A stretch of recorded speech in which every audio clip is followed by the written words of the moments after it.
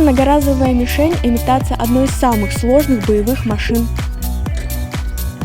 Вертолет может зависнуть в воздухе и не попасть на радары зенитных комплексов, поэтому для обучения обнаружения таких целей создали универсальный мишенно-тренировочный комплекс «Адъютант». Комплекс состоит из 4 многоразовых мишеней, 2 вида беспилотных самолетов, имитатор крылатой ракеты и вертолет.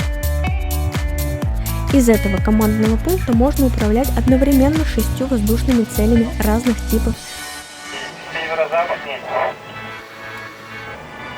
На километра 3.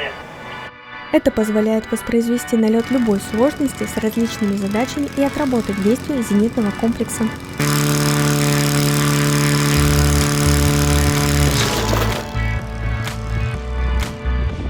Данное техническое решение единственное в России. Его разработка длилась около 4 лет. Сейчас идут последние испытания перед заключением госконтракта.